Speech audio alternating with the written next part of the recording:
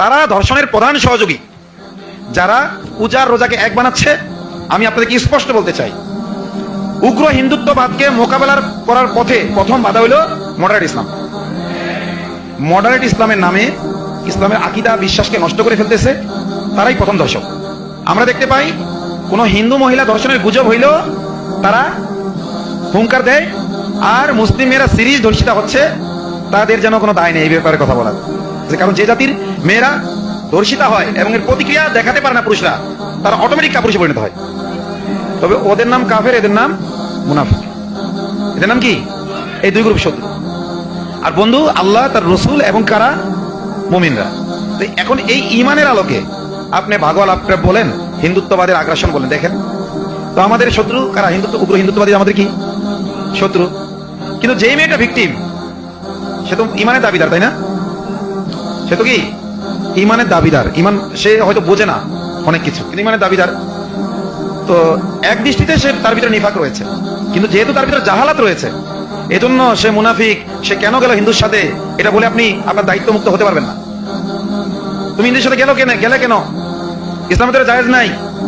আশ্চর্যের ব্যাপার হলো এই কথাগুলো সোশ্যাল মিডিয়ায় তারা ছড়াচ্ছে যারা বলে রোজার পূজা মুদ্রার এপিট ওপিট।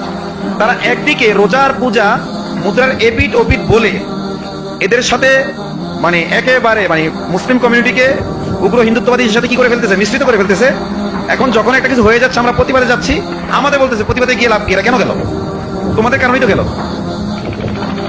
আল্লাহ তাআলা যে তিতা ওষুধ দিয়েছিল, এই তিতা ঔষধকে তোমরা লুকিয়ে রেখেছ এবং মিষ্টি বিষ তোমরা সমাজে সরিয়ে দিচ্ছ মডারেট ইসলামের নাম।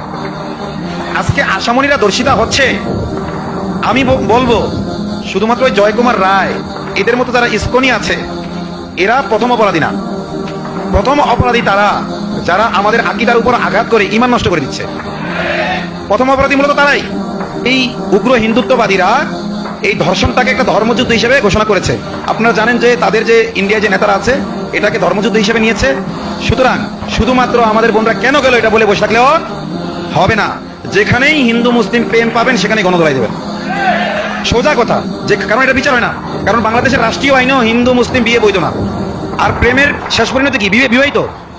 হ্যাঁ, তাইলে যতই আমাদের বোনরা না বুঝে ওখানে যাক, তবুও আমরা ছাড়বো না। কারণ হুন্না না কিসতুল আকল, আমাদের বোনেদের জ্ঞান কম, এ কারণে চলে গেছে। তাকে বাড়িতে এনে শাসন করবো, ঠিক আছে, কিন্তু ওই মালাউনকে ছেড়ে দেবো না ইনশাআল্লাহ। রাজি আছেন যুবক ভাইরা? যদি এইটা এখন করতে না পারি, গজাতুল হিন্দু আমরা টিকবো না। এখন থেকে এগুলো চলতে থাকবে আমাদের ছোট ছোট, এবং সবসময় চেষ্টা করবেন